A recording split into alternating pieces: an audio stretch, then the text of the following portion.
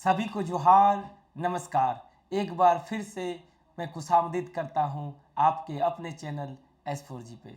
मैं sub inspector के P Singh आप सबों का बहुत बहुत स्वागत करता हूं। चलिए जो एक जो विकास यात्रा हमने प्रारंभ की है मेरे रंजीत सर के द्वारा करंट अफेयर्स का। आप सबों को पता है कि करंट अफेयर्स जो हैं एक वाइटल रोल प्ले करते हैं आपके एग्जामिनेशन में, आपको क्या है सफलता दिलाने में। तो उसी में आज लेकर के मैं आपके समक्ष उपस्थित हुआ हूँ प्रमुख नियुक्तियाँ। जी हाँ दोस्तों, ध्यान रखिएगा। CDPO की जो 10 जून का एग्जाम हुआ था, मैं कुछ क्वेश्चन यहाँ पे रखना चाहूँगा, आप अभी आगे क्लास में आप देखेंगे तो किस प्रकार करंट पूछा है। करंट जिस प्रकार CDPO में पूछा है ठीक उसी प्रकार पूछना चाहिए, ना कि CGL में जिस प्रकार पूछा गया था। बहुत ही जबरदस्त करंट पूछा गया है, एकदम करंट सिनेरियो से पूछा गया है। एग्जाम दे के भी मजा आएगा कि हाँ ऐसा क्वेश्चन पूछे जाने चाहिए। तो क्या है, आप सबों को पता है कि ट्रेंड फॉलो करना चाहिए कि नहीं। एक समय था जब तेरे नाम का सलमान खान के बाल लोग ट्रेंड फॉलो करते थे, अजय देवगन का जो पुराना लुक था उसके बाल को लोग ट्रेंड में फॉलो करते थे, लेकिन आज अगर आप फॉलो कीजिएगा तो आउटडेटेड कहलाइएगा। आपको क्या है, समय के साथ चलना बहुत जरूरी है।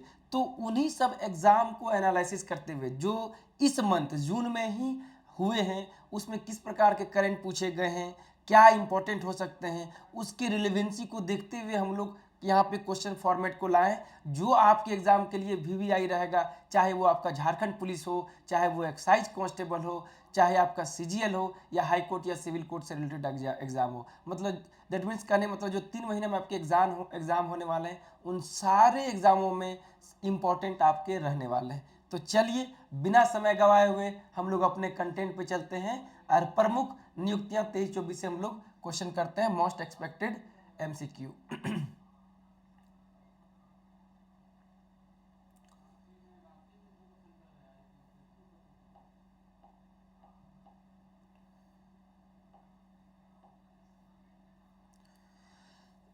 ध्यान दीजिएगा, अभी का टाइम क्या है आपका प्रैक्टिस करने का। तो संडे फ्री मॉक टेस्ट मिल रहा है, आप ऐप को इंस्टॉल कर लीजिएगा। ठीक है, जो भी आपका रिसेंट एग्जाम होगा आपको फ्री मॉक टेस्ट देखने को मिलेगा। लगाइए, अपने रैंकिंग को चेक कीजिए। साथ ही मैंने कहा कि करंट अफेयर्स की जो झड़ी स्टार्ट हुई आपको एग्जामिनेशन तक पहुंचाने का, आपको सफलता दिलाने का मेरे और रंजीत सर के द्वारा। तो रंजीत सर का भी बहुत सारा करंट अफेयर्स का वीडियो है, काफ़ी लोग पसंद कर रहे हैं, आप जरूर देखेंगे। झारखंड खेल खिलाड़ी प्लस झारखंड पुस्तक एवं लेख, रेगुलर करंट अफेयर्स के वीडियो आएंगे, बस बने रहिए S4G पे आप। चलिए पहला क्वेश्चन देखिए क्या है। ये CDPO में आपका पूछा गया है। CDPO में क्वेश्चन पूछा गया कि सर्वोच्च न्यायालय में 12 जुलाई 2023, देखिए एकदम करंट क्वेश्चन, को 2 न्यायाधीशों की नियुक्ति किनके द्वारा की गई है। पॉलिटी बैकग्राउंड से क्वेश्चन है, ठीक है। नियुक्ति अब यहाँ पे पूछा है कि किनके द्वारा की गई, तो पॉलिटी बैकग्राउंड से क्वेश्चन है, तो कौन हकदार है, कौन जिम्मेदार है, नियुक्ति करते हैं किनके द्वारा किया जाता है, ये 4 ऑप्शन है। लेकिन हम क्या टॉपिक है नियुक्तियां, तो हो सकता है यहाँ पे आपका ऐसे क्वेश्चन है देके पूछ ले कि किन की नियुक्ति की गई है, वो भी तो इंपॉर्टेंट हो सकता है। तो यहाँ से क्वेश्चन से रिलेवेंसी लेकर के चलेंगे। मैं बता रहा हूँ कि आपको पढ़ना कैसे है, ठीक है। यहाँ पे आपको मैं एटलीस्ट 15 से 20 क्वेश्चन कराऊंगा। साथ ही आपको अवेयर रहना है कि किस प्रकार से चीज़ों को पकड़ना है, किस प्रकार से ग्रैब करके आपको चलना है। तो ध्यान दीजिएगा, किसके द्वारा किया गया था, तो 2 न्यायाधीशों की नियुक्ति सर्वोच्च न्यायालय में राष्ट्रपति के द्वारा किया जाता है, आप सबों को पता है। किस अनुच्छेद के तहत, ध्यान रखिएगा, यहाँ राष्ट्रपति पूछा, हो सकता है आपसे पूछ ले कि किस अनुच्छेद के तहत किया जाता है। तो अनुच्छेद 124 के खंड 2, क्या बोलिएगा कि अनुच्छेद 124 खंड 2 के तहत क्या है, राष्ट्रपति जो है सर्वोच्च न्यायालय में न्यायाधीश की नियुक्ति करते हैं। क्लियर, वो पूछ लेगा। और नाम क्या क्या है आपके, प्रशांत कुमार मिश्रा, और दूसरे हैं न्यायमूर्ति KV विश्वनाथन। ध्यान दीजिएगा। तो यहाँ पे क्वेश्चन पूछा गया है CDPO 10 जून 2024 में। देखिए यहाँ पे है 10 जून 2024 में कि राष्ट्रपति के द्वारा किनके द्वारा नियुक्ति किया जाता है। तो राष्ट्रपति के द्वारा आपसे पूछ सकता है कि किनको नियुक्त किया गया है, ठीक है। तो प्रशांत कुमार मिश्रा और KV विश्वनाथन को नियुक्त किया गया है। किस अनुच्छेद के तहत किया जाता है, तो 124(2) के तहत किया जाता है। इससे और 2 इंपॉर्टेंट क्वेश्चन बने। तो इस प्रकार से चीजों को हम लोग लेके चलेंगे। क्लियर, आइए अगला क्वेश्चन चलते हैं। 2024 के कांस फिल्म फेस्टिवल में जूरी अध्यक्ष का नाम क्या है। देखिए किसमें पूछा गया, ध्यान दीजिएगा, CDPO 10 जून 2024। मैं बता दे रहा हूं, जिस प्रकार के पिछला क्लास में पुरस्कार का मेरा क्लास था, आप लोगों ने बहुत प्यार दिया उस वीडियो को। तो उसमें क्या है, सबसे इंपॉर्टेंट था पद्मश्री, जो झारखंड से प्राप्त हर साल प्राप्त करते हैं। क्लियर।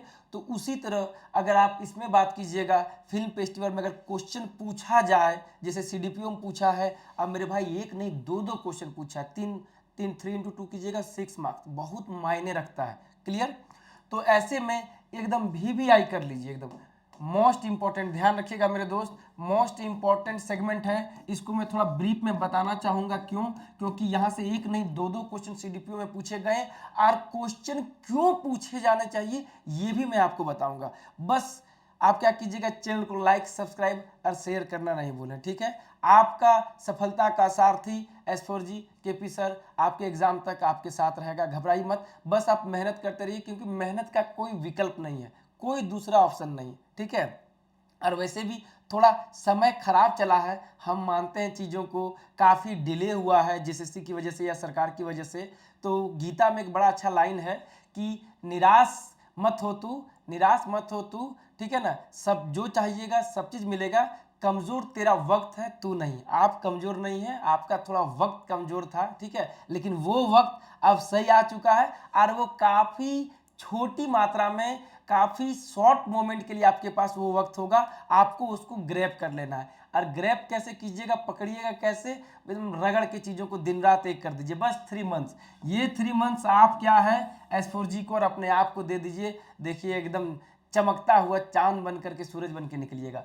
अगला चलिए क्वेश्चन, 2024 के कांस फिल्म फेस्टिवल में जूरी अध्यक्ष का नाम, अध्यक्ष कौन थे, उस जो जूरी था कांस फिल्म फेस्टिवल, उसके अध्यक्ष का क्या नाम था बताना है। J.A. Bayona, Ebru Simon, Eva Green, Greta Gerwig, ठीक है, ग्रेटा गेरविग। तो याद रखिएगा, सीडीपीयू 2024 10 जून 2024 में पूछा है, वीवीआई है, पूछने की प्रबल संभावना है। ये क्वेश्चन नहीं तो कुछ और क्वेश्चन पूछेगा, मैं बता रहा हूं कौन सा क्वेश्चन पूछेगा, ध्यान दीजिएगा। क्या है, ग्रेटा गेरविन, क्या आंसर कीजिएगा।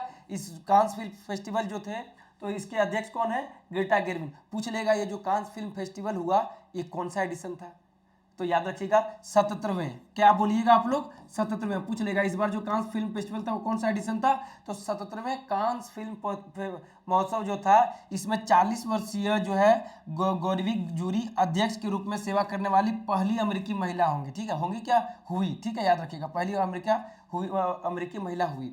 तो पहली अमेरिकी महिला थी अध्यक्ष, तो पूछ लिया गया। और हम बार बार कहते हैं ना मेरे दोस्त कि ये जो कान है आपके खड़े रहना चाहिए, पहला अंतिम जहां हो जाता है, क्वेश्चन बनने के चांसेस ज्यादा होते हैं, ठीक है। तो इसीलिए इन सब जो बातों को हम बता रहे थे कि रिलीवेंसी कैसे लेकर के चलेंगे, क्यों ट्रेंड को फॉलो करना है, क्यों सलमान खान के तेरे नाम के बाल को हेयर कट को फॉलो नहीं करके आज मशरूम कट लोग कटाते हैं, ठीक है ना, वैसा कट लेते हैं, आप सबों को पता है। क्यों समय के साथ चलिएगा, ताकि लोग हंसे नहीं, आप ट्रेंडी दिख सकें, आप क्या एडवांस दिख सकें। तो ठीक इसी प्रकार थोड़ा टेक्निकल वे में पढ़िएगा, तो आपका करंट भी पकड़ में आएगा और आपके मार्क्स भी अच्छा आएंगे, आपको सफलता भी मिलेगी। अब पता चला कि 3-4 करंट अफेयर्स का बुक ले लिए, सारा पढ़ गए, एग्जाम में कुछ नहीं लिख पाए, तो क्या है, एकदम सटीक वे में अभी क्या है, आपकी नज़र किस पर होनी चाहिए, एकदम वो मछली की आंख पे, एकदम निशाना कहाँ साधना है, मछली की आंख पे, ठीक है, इधर उधर नहीं। और उसमें हम केपी सर S4G आपकी मदद करेंगे। क्लियर रखिएगा। क्या क्वेश्चन पूछ सकता है, कौन सा था ये, 77वां, ठीक है, अमेरिका की पहली महिला हुई, जिसकी वजह से क्वेश्चन ये पूछा गया, इंपॉर्टेंट है। चलिए अब आइए इससे संबंधित बहुत सारे फैक्ट्स बताऊंगा, क्योंकि इसमें क्या है, इंडिया ने भी डंका बजाया है कांस फिल्म फेस्टिवल में, इसलिए इंपॉर्टेंट हो जाता है। चलिए अगला क्वेश्चन, अब इसी में चलिए थोड़ा कांस फिल्म फेस्टिवल को थोड़ा सा हम लोग डीप में जानेंगे। क्या है कि कांस फिल्म फेस्टिवल, तो वहां तो पूछ लिया कि अध्यक्ष कौन थी, हो सकता है कि कांस फिल्म महोत्सव का पूछ दे पुराना नाम, तो क्या बोलिए मेरे दोस्त, अंतर्राष्ट्रीय फिल्म महोत्सव। कांस फिल्म महोत्सव का पुराना नाम क्या था, अंतर्राष्ट्रीय फिल्म महोत्सव। और इसकी स्थापना कब हुई थी, तो 1946 में। ये भी क्वेश्चन पूछ सकता है, कहीं से पूछ सकता है, लेकिन करेंट फॉर्म में, जो करेंट में चल रहे हैं, उससे क्वेश्चन ज़्यादा बनते हैं। स्थापना हो सकता है नहीं पूछे, लेकिन आपको तैयार रहना है, ठीक है, आपको मतलब एकदम फुल्ली प्रिपेयर्ड रहना है। ये नहीं कह सकते कि सर जो चीज़ पढ़ के गए वो नहीं पूछ लिया, कुछ और पूछ लिया। तो ऐसा पढ़ना है कि भैया अगर उससे क्वेश्चन पूछे तो एकदम सीना ठोक करके कि हम तैयार हैं, आइए भिड़ जाइए, पूछ लीजिए, ठीक है। मेजबानी कौन करते हैं, केमिली कार्टिन, ध्यान दीजिएगा। अध्यक्ष कौन थी आपका? गेरविल थी। और इसकी मेजबानी कौन कर रहे हैं? जो कांस फिल्म महोत्सव थे, मेजबानी कौन करते हैं? कैमिली कॉटिन। ठीक है, देखिए यहां से भी क्वेश्चन पूछ लिया कि मेजबानी कौन किया सीडीपीओ में, तो एक क्वेश्चन पढ़ के गए तो एक क्वेश्चन छूट जाएगा, तो इसलिए डिटेल में पढ़ना बहुत जरूरी है। ठीक है, मेजबानी किसके द्वारा किया गया? कैमिली कॉटिन। अब अगला आइए, कांस फिल्म महोत्सव पूछ देगा। कांस फिल्म महोत्सव जो है कब किया गया? कांस फिल्म महोत्सव जो है ये 17वां था, कहाँ किया जाता है? पूछ लेगा जगह, तो क्या बोलिएगा? पेरिस फ्रांस में। अगर कांस फिल्म महोत्सव का आयोजन पूछ देगा कहाँ किया गया, ऐसे भी पूछ सकता है, तो क्या बोलिएगा? पेरिस फ्रांस में किया गया। ठीक है, और ग्रैंड प्रिक्स पुरस्कार वीवीआई मोस्ट इंपोर्टेंट रट्टा मार लीजिए, पूछने की प्रबल संभावना। ठीक है, ग्रैंड प्रिक्स पुरस्कार ये दूसरी सबसे बड़ी पुरस्कार है, और किसको मिला है भाई? किसको मिला है? All we imagine as light. किसको मिला है? All we imagine as light, directed by Payal Kapadia. ठीक है, ध्यान दीजिएगा, किसको मिला है? As we imagine as light के लिए मिला है क्या? ग्रैंड प्रिक्स पुरस्कार मिला है। ध्यान दीजिएगा, क्या बोलिएगा? ग्रैंड प्रिक्स पुरस्कार मिला है, यह दूसरा सबसे बड़ा पुरस्कार है। क्या बोलिएगा? यह दूसरा सबसे बड़ा पुरस्कार है। ग्रैंड प्रिक्स पुरस्कार किसके लिए मिला है? और आपको याद रखिएगा पायल कपाड़िया को मिला है। ध्यान दीजिएगा, किनको मिला? पायल कपाड़िया को all we imagine as light के लिए मिला है। और इसका सबसे बड़ी पुरस्कार कौन है? तो पाल्मे डियोर और गोल्डन पाल्म, जो 77वें कांस फिल्म फेस्टिवल हुआ, उसका सबसे बड़ा पुरस्कार का नाम पूछ लेगा तो क्या बोलिएगा? पाल्मे डियोर और गोल्डन पाल्म। ठीक है, ये किसको मिला? तो क्या बोलिएगा? एनोरा मूवी को। किसको मिला है? पूछ देगा किस मूवी को पाल्मे डी और गोल्डन पाल्म अवार्ड मिला है, तो एनोरा मूवी को मिला है। ठीक है, और इसके डायरेक्टर कौन है? सीन बेकार। ध्यान दीजिएगा, सीन बेकार जो है इनके डायरेक्टर है। पूछ लेगा किस डायरेक्टर को मिला? सीन बेकार। किस मूवी को मिला? एनोरा को मिला है। ठीक है, सबसे बड़ा पुरस्कार कौन है? तो पाल्मे डी और गोल्डन पाल्म। दूसरा सबसे बड़ा पुरस्कार कौन है? ग्रैंड प्रिक्स पुरस्कार। और ये किसे मिला है? All we imagine as light को मिला है। पायल कपाड़िया इंडिया से बिलोंग करती हैं, दूसरी सबसे बड़ी पुरस्कार मिली है। ठीक है, तो इसलिए इंपॉर्टेंट हो जाता है, वीवीआई है। 30 साल बाद नॉमिनेट हुआ है। ध्यान दीजिएगा, 30 साल बाद नॉमिनेट हुआ है। 30 साल पहले ये कौन सा नॉमिनेट हुआ था?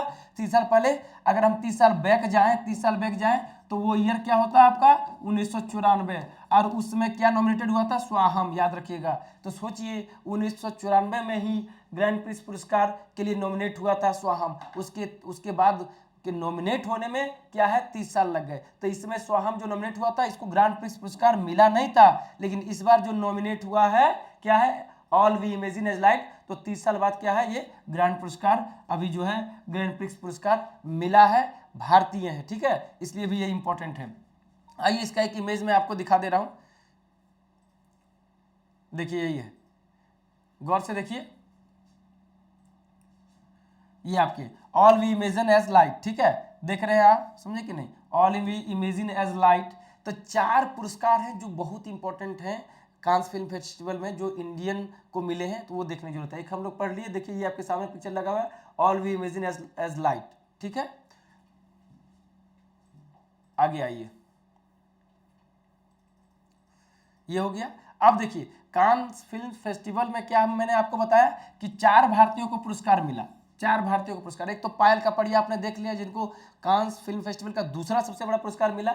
चलिए तीसरा आपका दूसरा, Chidanand Naik, sunflower were the first ones to know, इनके लिए भी इनको पुरस्कार मिला है। क्या? चिदानंद नाइक को sunflower were the first to know. तीसरे हैं अनसुया गुप्ता। अनसुया गुप्ता को क्या किया? सेमलेस के लिए अवार्ड दिया गया। अनसर्टेन सेगमेंट में सर्वश्रेष्ठ अभिनेत्री, क्या सर्वश्रेष्ठ अभिनेत्री के लिए किसको मिला? अनसुया गुप्ता के लिए। ठीक है, किस कैटेगरी में? Uncertain segment. ठीक है, अनसर्टेन सेगमेंट में सर्वश्रेष्ठ अभिनेत्री के लिए दिया गया अनसुया गुप्ता को। ठीक है, सर्वश्रेष्ठ अभिनेत्री के लिए। ठीक है, किस पिक्चर के लिए? तो सेमलेस के लिए। ध्यान दीजिएगा, संतोष सिवन पियरे एंजेनिक्स ट्रिब्यूट पुरस्कार दिया गया, ये पहले एशियाई व्यक्ति हैं। संतोष सिवन को कौन सा पुरस्कार मिला? पियरे एंजेनिक्स ट्रिब्यूट पुरस्कार मिला है। ये पहले एशियाई व्यक्ति है, भारत के नहीं, पूरा एशिया का पहला व्यक्ति ये पुरस्कार प्राप्त करने वाला। तो बताइए इंपॉर्टेंट है कि नहीं? हमेशा मैं क्या कहता हूं कि जहां पहला आ जाए कान खड़ा हो जाना चाहिए। ये पहला एशियाई व्यक्ति हैं संतोष सिवन, जिनको यह पुरस्कार मिला है। ठीक है, और यही संतोष सिवन जो है आपके क्या है, जो प्रीति जिंटा का फिल्म आप सबों को पता था दिल से, उनका शूटिंग यही संतोष सिवन ने किया था। प्रीति जिंटा की पहला फिल्म दिल से का शूटिंग संतोष सिवन को किया गया था। और ये एशिया के पहले व्यक्ति हैं जिनको मिला मिला पियरे एंजेनिक्स ट्रिब्यूट पुरस्कार, ठीक है। सेमलेस के लिए मिला क्या, सर्वश्रेष्ठ अभिनेत्री का पुरस्कार अनसुईया गुप्ता को। चिदानंद नायक को मिला sunflower were the first ones to know के लिए पुरस्कार मिला। क्लियर। भारत ने पहली बार कान फिल्म फेस्टिवल में भारत पर्व की मेजबानी की, पूछ देगा कोई। ये लाइन भी इंपॉर्टेंट है कि पहली बार, देख रहे हैं ना, पहली बार, मैं बार बार बताता हूं दोस्तों, ध्यान रखिएगा कि जब भी आप यहाँ पे पढ़ें तो पहली बार को ध्यान दीजिए। पहली बार किसका कान फिल्म महोत्सव में भारत पर्व की मेजबानी की, भारत ने पहली बार। एकदम अलर्ट हो जाइए, क्वेश्चन पूछने की संभावना सबसे ज्यादा। चलिए आगे आइए। अब देखते हैं Chidanand Nayak sunflower were the first ones to know, Anasuya Gupta seamless, Santosh Sivan. आइए फिर से एक बार इनके सबों का पिक्चर देख लेते हैं।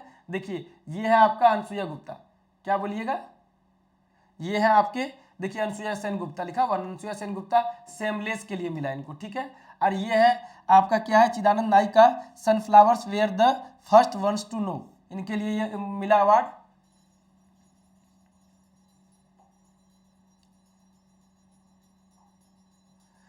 और ये है आपके क्या है, चिदानंद सिवान, ठीक है। ये है आपके संतोष सिवन, ठीक है, ध्यान दीजिएगा। ये है क्या है, ये कौन है पर्सनालिटी, संतोष सिवन है ये। इनके द्वारा ही प्रीति जिंटा का पहला फिल्म दिल से शूट किया गया था। पहले एशियाई व्यक्ति हैं ये अवार्ड प्राप्त करने वाले, ध्यान रखिएगा। चलिए तो ये इतना डाटा जो है आपके लिए सफिशियंट था, इससे ज़्यादा आपका नहीं पूछना है, एकदम 100% गारंटी के साथ। इतने चीज़ों को अगर आप क्लियर कर लेते हैं और क्या है, बहुत अच्छे ढंग से आपको बताएं, बस दिमाग में रख लीजिएगा, नोट्स बना लीजिएगा। आप S4G से मैनेजमेंट से बात करके ग्रुप में जुड़ करके आप PPT भी मंगा सकते हैं।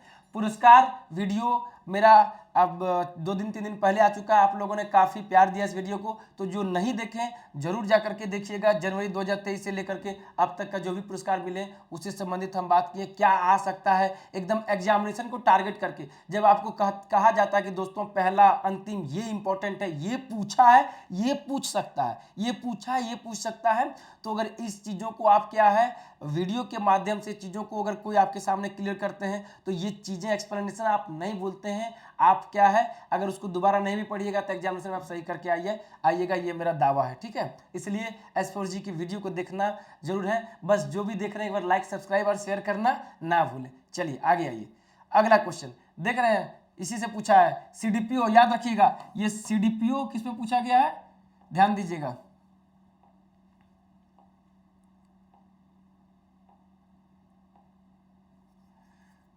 CDPO में ये क्वेश्चन पूछा हो गया हुआ है, देखिए क्या है, 77वां वार्षिक कान फिल्म महोत्सव 2024 की मेजबानी पूछ लिया, देख रहे हैं 2 क्वेश्चन पूछ लिया, ठीक है।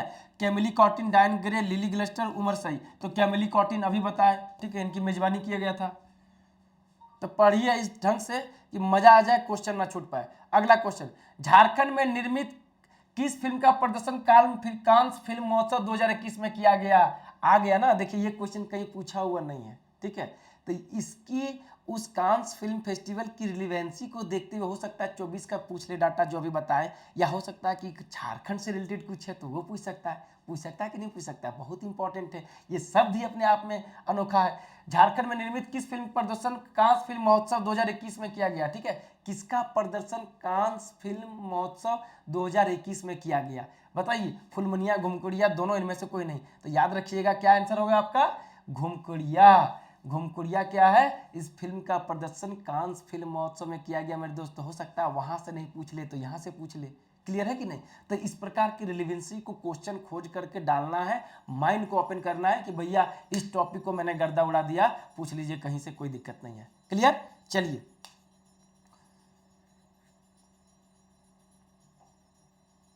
अगला क्वेश्चन। अब देखिए आप सबों को पता है यूक्रेन और रसिया का युद्ध, ठीक है ना, सबों को पता है, एकदम मैंने पूरा वर्ल्ड के जुबान में चर्चा था। तो देखिए क्वेश्चन यहाँ से पूछ लिया, हाँ दोस्त, CDPO 10 जून 2024 को पूछ लिया।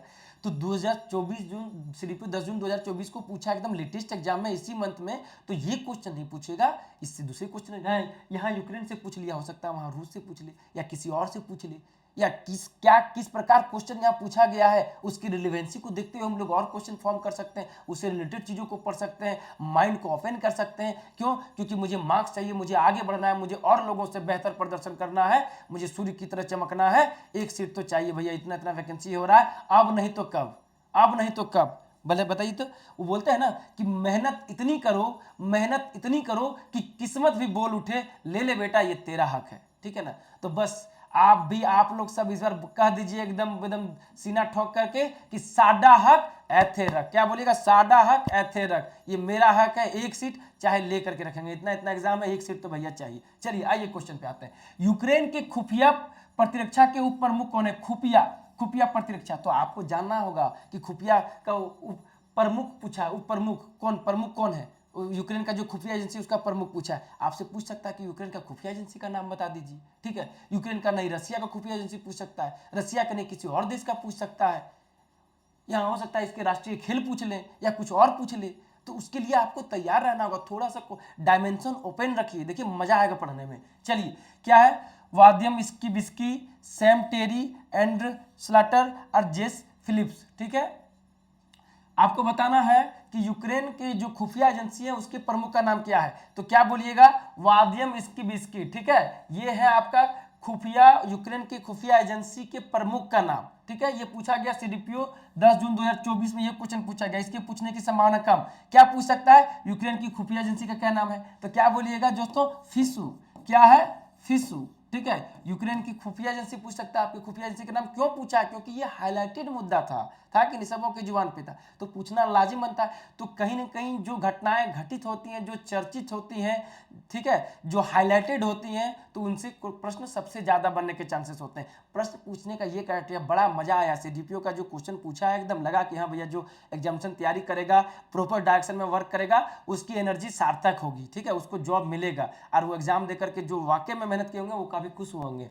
चलिए, खुफिया एजेंसी का नाम क्या? फिसू। फिसू को क्या बोलते हैं? The foreign intelligence service of Ukraine. ठीक है? फिसू को क्या है? द फॉरेन, एफ से foreign intelligence service of you से यूक्रेन। क्या बोलिएगा?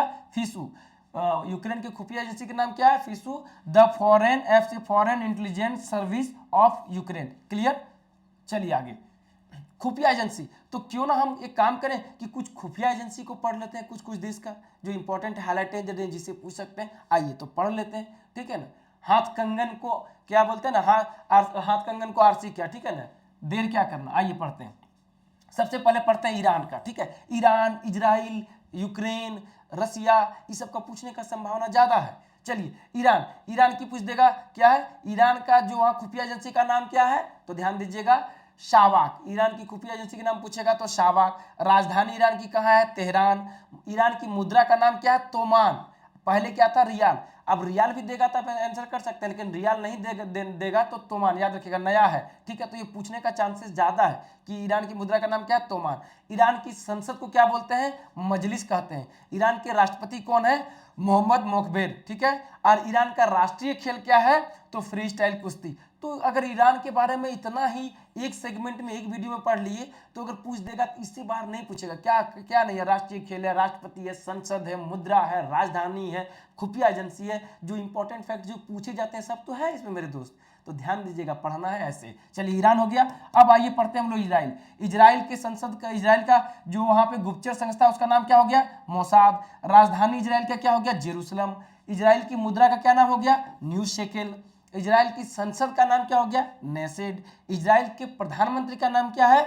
Benjamin Netanyahu.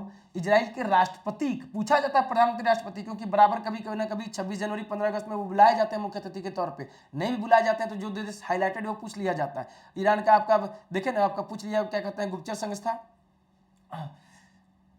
चलिए आगे देखिए। प्रधानमंत्री बेंजामिन नेतन्याहू। राष्ट्रपति कौन है? Isaac Herzog. ध्यान दीजिएगा, राष्ट्रपति भी ध्यान करें, राष्ट्रपति कौन है? Isaac Herzog. और राष्ट्रीय खेल क्या है? फुटबॉल। एक नजर में पढ़ लिए भैया। अब पूछेगा तो इससे बाहर क्या ही पूछेगा, एकदम गारंटेड पूछना है, तो इससे बाहर नहीं पूछेगा। आगे आइए, जापान। जापान का प्रमुख गुप्तचर संस्था जो खुफिया एजेंसी है, जैसे भारत में रॉ है, आईबी है, ठीक है ना आपका, तो इस तरह से क्या है? जापान का नाइचो। राजधानी टोक्यो। मुद्रा एन है इसका। संसद, जापान की संसद को क्या बोलते हैं? डाइट बोलते हैं। ठीक है? प्रधानमंत्री, जापान के प्रधानमंत्री कौन है? योशिहिडे सुगा है। राष्ट्रपति जापान के राष्ट्रपति को क्या बोला जाता है, सम्राट बोला जाता है जापान में। तो कौन है, नारुहितो है। राष्ट्रीय खेल जापान का क्या है, जूडो है। थोड़ा हट करके है तो इंपॉर्टेंट है, ध्यान रखिएगा। चलिए कुछ और एक स्लाइड में कुछ और को हम पढ़ते हैं जो इंपॉर्टेंट का है, क्योंकि अभी तक का तो रूस पूछे नहीं, यूक्रेन पूछा, हो सकता है रसिया का पूछ ले आपसे, ठीक है। तो रसिया से ही चलते हैं। रसिया का क्या है, रूस का क्या हो गया आपका, गुप्तचर संस्था क्या है, केजीबी, कोमितेत गोसुद रस्तबेन्नई। क्या बोलिएगा, केजीबी का कोमितेत, के से कोमितेत, जी से गोसुद और बी से रस्तबेन्नई, ठीक है।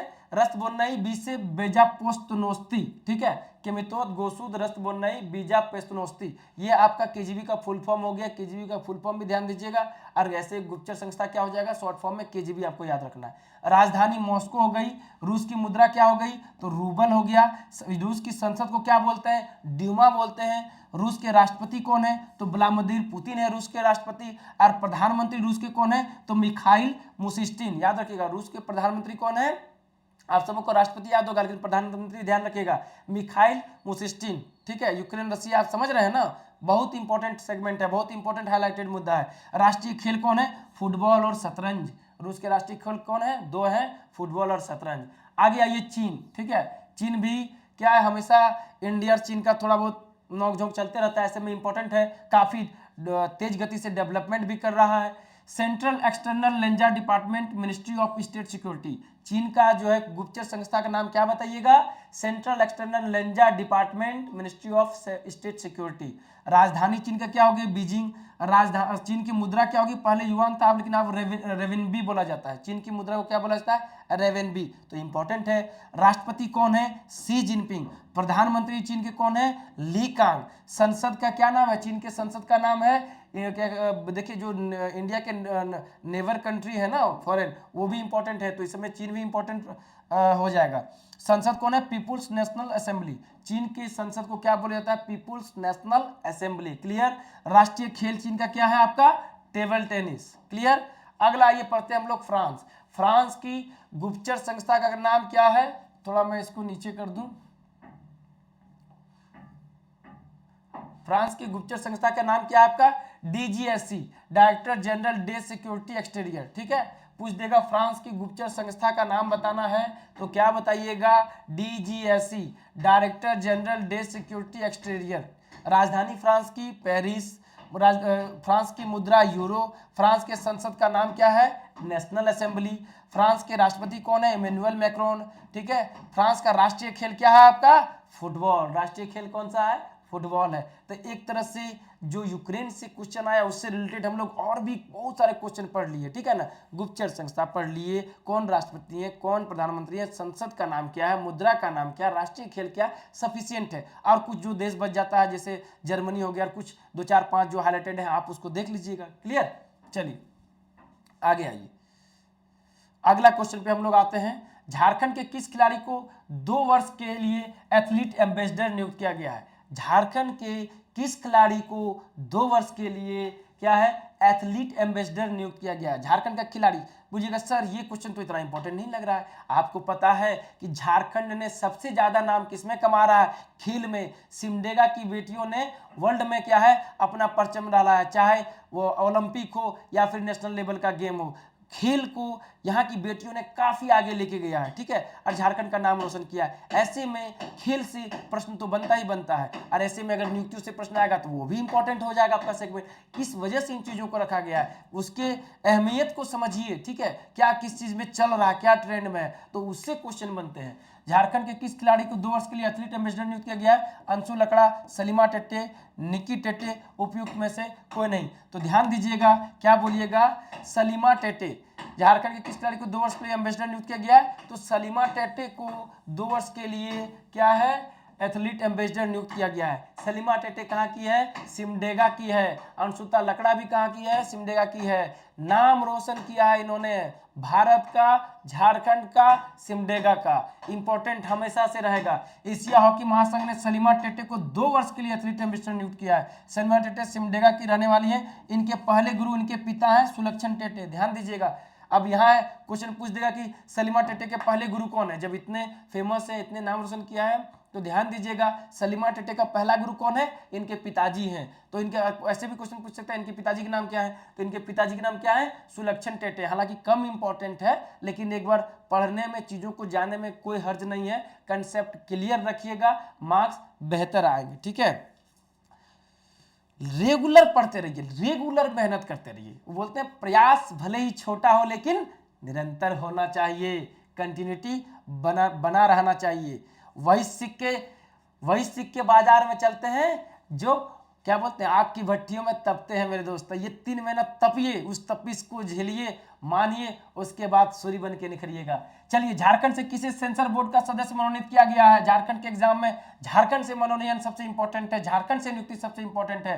तो किसका नियुक्ति सेंसर बोर्ड के सदस्य के रूप में किया गया, बताइए। राकेश सिंह, कल्याणी कुमारी, महुआ मांझी, अनिल गुप्ता। चलिए कमेंट में आंसर बताइए। तो याद रखिएगा सेंसर बोर्ड सदस्य के रूप में मनोनीत किया गया किसको, कल्याणी कुमारी को। झारखंड से सेंसर बोर्ड सदस्य के रूप में मनोनीत किया गया है कौन, कल्याणी कुमारी को। ठीक है, तो कल्याणी कुमारी क्या है, अभिनेत्री हैं, और कहां से बिलोंग करती हैं, कल्याणी कुमारी कहां से बिलोंग करती है पूछ सकता है। तो ध्यान दीजिएगा साहेबगंज। फिर उसमें ये नहीं कहिएगा कि सर आपने तो बता दिया कि सेंसर बोर्ड से मनोनीत किया गया, पूछ लिया कि कल्याणी कुमारी कहां से बिलोंग करती हैं। ठीक है, तो वहां पे खेला गड़बड़ हो जाएगा, तो खेला गड़बड़ नहीं होने देना है। ठीक है, अभिनेत्री कल्याणी कुमारी को सेंसर बोर्ड का सदस्य मनोनीत किया गया है। उनका कार्यकाल 2 वर्ष का होगा। सेंसर बोर्ड का कार्य फिल्मों को देखकर मार्किंग करना। ठीक है, A grade, B grade, C grade, D grade का जो डायवर्जन है, कुछ सीन को कट करना पड़ता है, वो सब रिव्यू करते हैं।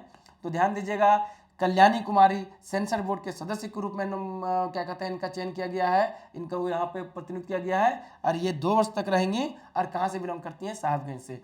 अगले क्वेश्चन में चलते हैं मेरे दोस्त। झारखंड से किसका चयन ऑस्ट्रेलिया में स्टेट एम्बेसडर के रूप में हुआ है। देख रहे हैं, झारखंड से किसका चयन ऑस्ट्रेलिया में स्टेम एम्बेसडर के रूप में हुआ है।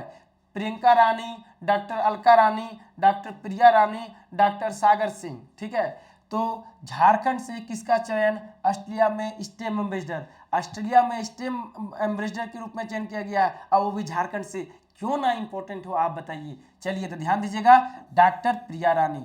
डॉक्टर प्रिया रानी जो है वो ऑस्ट्रेलिया में स्टेट एम्बेसडर के रूप में नियुक्त किए गए हैं। ठीक है, ये कहां से बिलोंग करती हैं, तो ध्यान दीजिएगा जमशेदपुर से करती हैं। ठीक है, ऑस्ट्रेलिया में स्टेट एम्बेसडर के रूप में चयन किया गया। क्या है, डॉक्टर प्रिया रानी ऑस्ट्रेलिया में स्टेम एम्बेसडर के रूप में चुनी गई हैं, नियुक्ति हुआ है उनका स्टेम एम्बेसडर के रूप में। कहां से बिलोंग करती हैं, जमशेदपुर से। चलिए अगला क्वेश्चन हम लोग चलते हैं। झारखंड की किस महिला का चयन राज्यसभा में संथाली भाषा के अनुवादक के रूप में हुआ है। ठीक है, संथाली भाषा, अगर बात भाषा किया जाए और उसमें जो पिछड़ी जनजाति हैं, जो आदिम जनजाति हैं, जो पिछड़े हुए हैं, ठीक है, वो लोग उभर के सामने आए, वो लोग आगे बढ़ें, वो लोग कुछ बेहतर काम करें, वो लोग कहीं का नाम रोशन करें, कोई पर्सनालिटी सामने आए, तो वो बेहद इंपॉर्टेंट हो जाता है। किस रिलीवेंट, किस प्रोस्पेक्टस से, तो झारखंड एग्जाम के प्रोस्पेक्टस से। ठीक है, ये मैं नहीं कहूंगा कि ये आपका सेंटर में, झारखंड प्रोस्पेक्ट से इंपॉर्टेंट हो जाता है। तो झारखंड की महिला का चयन राज्यसभा में संथाली भाषा के अनुवादक के रूप में।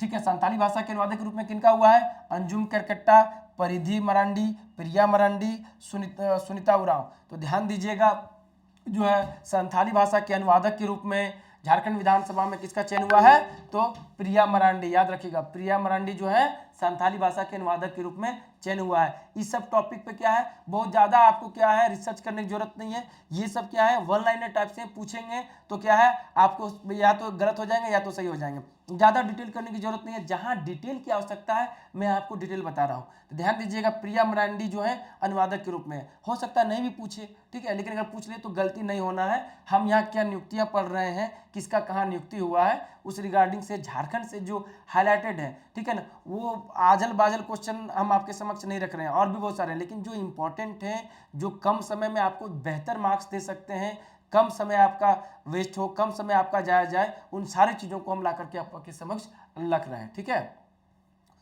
अगला क्वेश्चन, हाल ही में टाटा सन्स के चेयरमैन नियुक्त क्यों किया गया। देखिए, टाटा सन्स आपको सबको पता है, जमशेदपुर टाटा, ठीक है, जमशेदपुर टाटा के लिए जाना जाता है, और टाटा जो है काफी अहम रोल प्ले कर रहा है झारखंड के इकोनॉमी में भी, इंडियन इकोनॉमी में भी, आप सबको पता है। तो उसके अगर कोई नए चेयरमैन बने हैं तो वो इंपॉर्टेंट हो जाते हैं। टाटा सन्स के नए चेयरमैन किनको नियुक्त किया गया है, एन चंद्रेश्वरन को, प्रदीप श्रीवास्तव को, एन गंगवार को और पी ए सिन्हा को। तो ध्यान दीजिएगा टाटा सन्स के चेयरमैन क्या क्या है, किसे नियुक्त किया गया है, तो एन चंद्रेश्वरन को क्या है, टाटा सन्स के नए चेयरमैन नियुक्त किए गए हैं। वन लाइनर टाइप के नियुक्ति हैं, ध्यान में रखना है, ध्यान में रखना है। इन द सेंस कहिए, इस पे आपको अगल बगल पढ़ने की जरूरत नहीं है, to the point to the question पढ़िए और इसको रट्टा मार के रख लीजिए। क्लियर है, 2-4 बार पढ़िएगा, ऑप्शन वहां एलिमिनेट आपका हो जाएगा। अगला क्वेश्चन, प्रकाश पाड़िया, क्या है, पाड़िया, प्रकाश पाड़िया को किस राज्य के हाईकोर्ट के जज के रूप में नियुक्त किया गया है। ठीक है, ये इंपॉर्टेंट क्वेश्चन है, ध्यान दीजिएगा मेरे दोस्त। क्या है, हाईकोर्ट प्लस सिविल कोर्ट के लिए भी, high court plus civil court assistant, जो आप लोग कलर का एग्जाम दे रहे हैं, हाईकोर्ट में असिस्टेंट, सिविल कोर्ट में असिस्टेंट कम कलर, साथ ही जेसीसी के सारे एग्जाम के लिए ये इंपॉर्टेंट है। ठीक है, तो प्रकाश पाड़िया को किस राज्य के हाईकोर्ट के जज के रूप में नियुक्त किया गया है, बिहार, झारखंड, असम, पंजाब। तो झारखंड के हाईकोर्ट के जज के रूप में नियुक्त किया गया। वैसे भी इस प्रकार का क्वेश्चन देगा, अगर झारखंड ऑप्शन रहेगा तो मार ही दीजिए, अगर नहीं पता है तो। ठीक है, 70% चांस सही होने का, क्योंकि झारखंड का एग्जाम आप पढ़ रहे हैं मेरे दोस्त, तो इसमें रिलेवेंसी एग्जाम को देखते हुए किसका एग्जाम दे रहे हैं, तो ऐसे में झारखंड ऑप्शन बनता है। या आपको नहीं पता तो झारखंड मारिएगा, हम आपको बता रहे हैं, वैसे पढ़ के आपको जाना है। ठीक है, क्योंकि आप नेगेटिव भी 1 मार्क्स लेकर के आएंगे।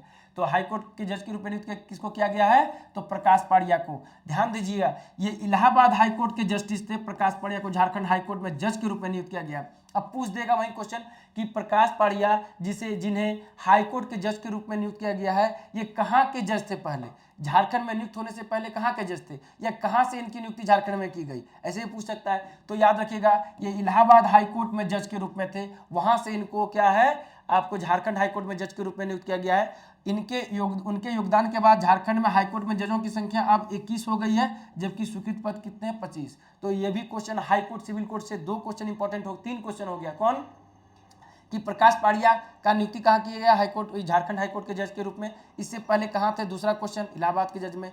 तीसरा कि अब क्या है, जजों की संख्या झारखंड हाईकोर्ट में कितनी हो गई, 21। क्लियर।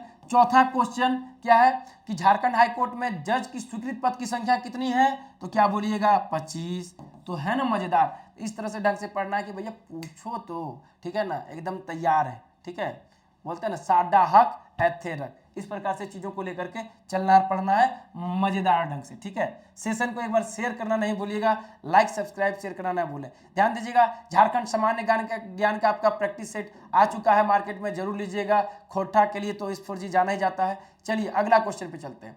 हाल ही में जेएसएससी के अध्यक्ष पद पर किन की नियुक्ति की गई है। जेएसएससी का अध्यक्ष, एग्जामिनेशन का दौर है, तो जेएसएससी तो भैया इंपॉर्टेंट है, सारी एग्जाम पे मिलेंगे, वही पूछ ले तो कितनी दुर्भाग्य की बात है। ठीक है, अगर पूछ ले कि जेएसएससी के अध्यक्ष कौन है, अगर गलत हो जाए तो वो लड़का माता नहीं पिटेगा कि इतना हम लोग इतना प्रोटेक्ट, वो क्या बोलते हैं, विरोध प्रदर्शन किए। ठीक है, इतने सारे एग्जाम ले रहा है, लेकिन हमारा जेएसएससी का अध्यक्ष ही गलत हो गया। और कई बार होते हैं, वो क्या बोलते हैं ना, इस साधारण से साधारण, इजी से इजी क्वेश्चन गलत करके आइएगा, टफ से टफ क्वेश्चन बना के आइएगा। तो जो टफ क्वेश्चन बनाएगा, जो इजी क्वेश्चन भी गलत नहीं करेगा, वो आपसे आगे निकलेगा। और आप S4G से जुड़े, केपीसर से जुड़े हैं, तो आपको पीछे नहीं आगे निकलना है। ठीक है ना, रेस है, सबसे आगे निकलना है, एक सीट सिक्योर करना है। तो जेएसएससी के अध्यक्ष पद पर किसकी नियुक्ति की गई है। ठीक है, चलिए बताइए, प्रशांत कुमार, नीरज सिन्हा, दिनेश उरांव, माधवलाल सिन्हा। तो आप सबों को पता है कि नीरज सिन्हा का अभी आप लोग क्या बताएं कि बहुत सारा बात हुआ, उन्होंने इस्तीफा भी पद से दे दिया, बहुत सारे क्वेश्चन पेपर आउट हुए झारखंड आपका सीजीएल का, सब चीज तो आपको पता ही है। तो नाम ध्यान रखिए केवल प्रशांत कुमार। ठीक है, नीरज सिन्हा के इस्तीफा देने के बाद क्या है, जेएसएससी के अध्यक्ष कौन बने हैं, आपके प्रशांत कुमार। ठीक है, चलिए अगला क्वेश्चन, झारखंड के किस तीरंदाज कोच को अंतरराष्ट्रीय स्तर का कोच बनाया गया। देख रहे हैं ना, झारखंड से तीरंदाजी कोच है और अंतरराष्ट्रीय स्तर का, नेशनल लेवल का बात नहीं कर रहे हैं मेरे दोस्त, हम किसका बात कर रहे हैं, इंटरनेशनल लेवल का बात, कि झारखंड से कोई एक व्यक्ति है, उसको इंटरनेशनल कोच बनाया गया है तीरंदाजी का। तो कैसे नहीं इंपॉर्टेंट होगा, क्यों नहीं पूछ सकता है, आप ये बताइए, पूछ सकता है कि नहीं। तो क्वेश्चन वही आपको मिलेगा जो इंपॉर्टेंट है, जिसकी पूछने की संभावना बहुत ज्यादा। मैं ये नहीं कहूंगा दोस्तों कि सारे क्वेश्चन इसी से आएंगे या इससे कुछ बाहर नहीं रह सकते, लेकिन यहाँ पे उन सारे टॉपिक को रखा गया है जिसकी पूछने की संभावना सबसे ज्यादा है। बाकी आप तो पढ़ ही रहे हैं, मेरा काम है आपको ट्रैक पे रखने का। चलिए आपको आंसर करना है।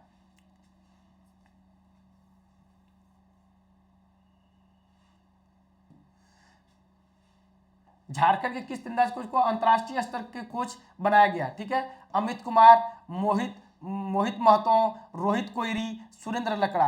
बताइए, झारखंड से हैं, देखिए सब क्या है, झारखंड से ही है चारों नाम। और इसमें जो तीरंदाजी कोच है अंतर्राष्ट्रीय स्तर के कोच बनाया गया किनको? तो याद रखिएगा रोहित कोहली याद रखिएगा। जी हाँ दोस्तों, रोहित कोहली जो है, ठीक है, रोहित कोहली जो है आपके वो क्या है, तीरंदाजी कोच हैं और इनको अंतर्राष्ट्रीय स्तर का तीरंदाजी कोच बनाया गया है। क्लियर? अगला चलिए, झारखंड राज्य निर्माण के पश्चात आदिम जनजाति के कितने सदस्य विधानसभा में निर्वाचित होकर आए? झारखंड राज्य निर्माण के बाद कितने सदस्य आदिम जनजाति के सदस्य विधानसभा सदस्य के रूप में चुन के आए हैं? 0, 2, 5, 7। तो ध्यान दीजिएगा, ठीक है, ये किसी और का आ गया है पिछले क्वेश्चन का।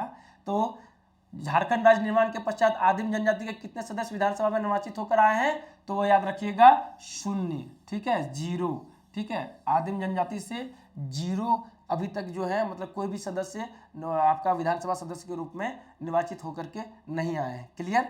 इन फ्यूचर आएंगे, तो जब आएंगे तो वो सबसे ज्यादा इंपॉर्टेंट होंगे। एग्जाम में कोई भी एग्जाम हो, इस क्वेश्चन की रिलेवेंसी सबसे ज्यादा बढ़ जाएगी जिस दिन यहाँ पे 0 की जगह आपको डाटा 1 दिख जाए, समझिए वो क्वेश्चन एकदम ब्रह्मास्त्र है, ब्रह्मा का लकीर है, पूछेगा ही पूछेगा। तो इन सारे वीडियो से देखने से क्या है ना कि आइडिया जनरेट होते हैं कि भैया किस पर हमको फोकस करना है, किसको पकड़ना है, किसको नहीं पकड़ना है, किस पर ज्यादा ध्यान देना, वही है ना। क्या है, अब ये 3 महीना एग्जाम का बचा हुआ है मेरे दोस्त, ये पूरा टाइम मैनेजमेंट है, ये पूरा समय का खेला है। ये एग्जाम जो जॉब है ना वो डिजर्व, ऐसा नहीं है कि आप जो लिया हुआ है उससे कम टैलेंटेड मार्केट में नहीं है, उससे कम मेहनती हम ही दरोगा है, तो इसका ये दैट मींस ये मतलब नहीं कि मेरे टाइम में सबसे ज्यादा टैलेंटेड और सबसे ज्यादा मेहनती हम थे। ठीक है, हमसे ज्यादा भी मेहनती लोग मार्केट में थे, लेकिन उस टाइम फ्रेम का वैल्यू होता है ना, समय का महत्व होता है। इस 3 महीना में अगर आप पूरा हिस्ट्री का ग्रंथ खोल के बैठ गए, एंशिएंट मॉडर्न मेडिवल सब लेके खोल के बैठ गए, कहां से कवर कर पाइएगा, है ना। तो जो आप लोग पढ़ चुके हैं, जो रिवीजन कर चुके हैं, क्या पढ़ना चाहिए, किस चैनल को फॉलो करना चाहिए, करंट अफेयर्स में क्या क्या पूछा है, अभी जो एग्जाम हुआ उसमें किस प्रकार के करंट पूछे हैं, उसको देखते हुए तैयारी करना। चलिए पॉलिटी में क्या क्वेश्चन सेगमेंट पूछ रहा है, कौन सा इजी पढ़ रहा है, किस सेगमेंट से ज्यादा क्वेश्चन आते हैं, किसको टच करना है, किसको अनटच करना है, किसमें एक क्वेश्चन आ रहा है और उसमें हमको जा रहा है 10 दिन, तो क्यों उसको टच करें, जहां से 2-3 क्वेश्चन आता है 1 हफ्ता 5 दिन का समय जा रहा है उसको टच करेंगे। यही मैनेजमेंट है। और जो लोग इस 3 महीना में इसको कर लेगा, समझे कि नहीं, टाइम मैनेजमेंट कर लेगा, चीजों को शॉर्टलिस्ट कर लेगा कि क्या पढ़ना क्या नहीं पढ़ना है, वो यकीन मानिए क्या है, गंगा नहा लेगा। बोलते हैं ना, गंगा नहा लेना, एकदम सारा दुख को टेंशन को दूर कर देना, ठीक है, सूरज की तरह चमक जाना, है ना। तो बस टाइम मैनेजमेंट कीजिए, सही क्वेश्चन को पकड़िए, सही चैनल को फॉलो कीजिए और निरंतर प्रयास करते रहिए। मेहनत का कोई दूसरा विकल्प नहीं। अरे गर्दा उड़ा दीजिए, 3 महीना छुप जाइए, सूर्य की रोशनी नहीं मिलेगा तो नहीं मिलेगा, चलेगा। अगला क्वेश्चन, 2 फरवरी 2024 को झारखंड के नए मुख्यमंत्री के रूप में चंपई सोरेन को किसने शपथ दिलाई? ठीक है, चंपई सोरेन सभी को पता है आपको, कब, 2 फरवरी 2024 को। तो भैया शपथ किनके द्वारा दिलाया गया? तो रघुवर दास, प्रशांत कुमार, सीपी राधाकृष्णन, बाबूलाल मरांडी। आप सबों को पता है किनके द्वारा? राज्यपाल के द्वारा दिलाया जाता है। तो ये कौन है? सीपी राधाकृष्णन है, इनके द्वारा दिया गया। सीपी राधाकृष्णन कितने नंबर के राज्यपाल हैं? कमेंट में आप आंसर करके बताइए, ठीक है। किसके तहत जो है मुख्यमंत्री को वो शपथ दिलाते हैं, ये सब देख लीजिए क्वेश्चन, इस सब पे थोड़ा सा गौर फरमाइए। कुछ भी पूछ सकता है, पॉलिटी में पूछ सकता है, हाई कोर्ट सिविल कोर्ट में पूछ सकता है, तो ऐसे क्वेश्चन की रिलेवेंसी आएंगे, ठीक है। ये आपके लिए होमवर्क रहा। होमवर्क क्या, एक क्वेश्चन आपको दिए कि भैया सीपी राधाकृष्णन से संबंधित और किस आर्टिकल के तहत, आप इसको जाकर के देखेंगे, ठीक है। आइए अब चंपई सोरेन की बात किए गए, ये मुख्यमंत्री बने हैं, पहली बार बने हैं, तो भैया क्यों, बहुत इंपॉर्टेंट है, कहां से खड़े हुए हैं, कितने बार विधायक हुए हैं, ठीक है। तो इनसे संबंधित कुछ प्रश्न बैकग्राउंड को देखते हैं, कुछ डाटा को देखते हैं, जिसकी पूछने की प्रबल संभावना है। इस बार आप जाके देखिएगा सीडीपीओ 2024 में 10 जून को जो एग्जाम हुआ है, इस लोकसभा और जो हुआ लोकसभा चुनाव हुआ, उससे बहुत सारे प्रश्न हैं।